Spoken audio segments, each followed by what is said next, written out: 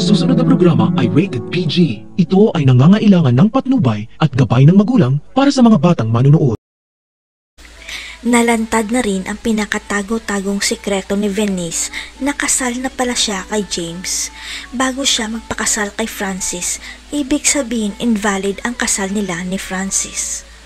Ang buong akala pa naman ng lahat, si James ang kabit ni Venice, pero kabaligtaran pala dahil si Francis ang naging kabit dahil sa batas si James ang legal na asawa.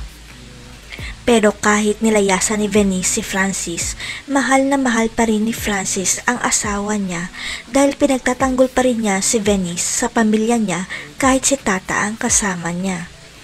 Walang kamalay-malay si Francis na matagal na pala siyang niloloko ni Venice dahil inilihim ni Venice ang kanyang nakaraan sa tulong ng kanyang inang si Vivian.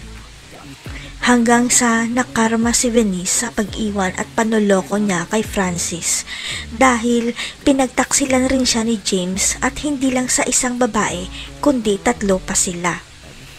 Abot langit ang pagsisisi ni Venice kung bakit sumama pa siya kay James at iniwan niya si Francis. Sira tuloy ang buhay niya dahil nabidyuhan na magkasama sila ni James. Pero gagawa ng paraan si Vivian para hindi kumalat ang video at kumbinsihin ang anak niya na bumalik sa mga palma at palayasin si Tata sa buhay ni Francis. Pero itong si James hindi matanggap na hiniwalayan siya ulit ni Venice, kaya ilalabas na niya ang hawak niyang alas para mahawakan niya sa leeg si Venice.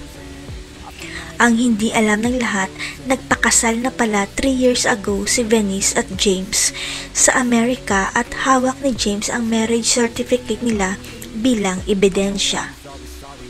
Pero walang sikreto na hindi nabubunyag sapagkat may nagsumbong kay Francis na kasal na pala ang asawa niya kay James at siya ang kabit dahil invalid ang kasal nila. Mapupunta kaya ang atensyon ni Francis kay Tata dahil hindi pala sila kasal ni Venice? Si James kaya ang nagsumbong kay Francis para mabawi niya si Venice? Abangan.